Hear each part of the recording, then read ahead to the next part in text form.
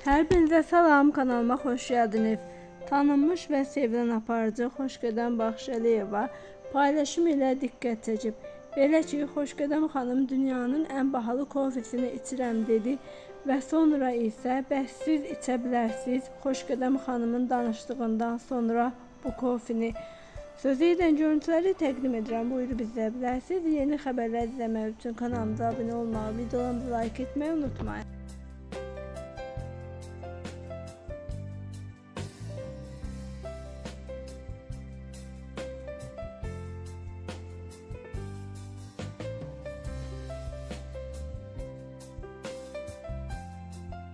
Dünyanın en pahalı kofesi içelim.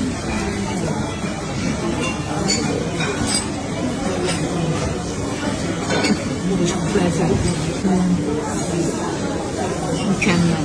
Evvela bu kofe ile bağlı danışım ki, ben Rusya kanallarının birinde bu kofe ile bağlı hazırlanmış bir süjeti izlemiştim. Necə deməli hazırlanır, bu heyvan necə o meyvəni yeyir, sonra necə o meyvə kofeye çevrilir. Və mən də həmişə deyirdim ki, mütləq o kofeden içəcəm. Baxdım ki, bizim Bəxtiyar bəy Balidədir və baxdım öz səhifəsində paylaşım eləyibdir.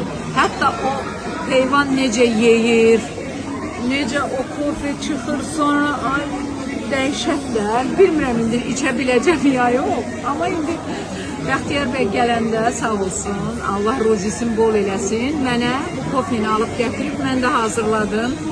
Doktor, teşekkür ederim. Doktor Day hiç ağlıma gelmezdi günlerin bir günü. Bizim bu güzel Rubat'ın kofesini içeren. Pahalıdır ama çok lezzetli. Teşekkür ederim.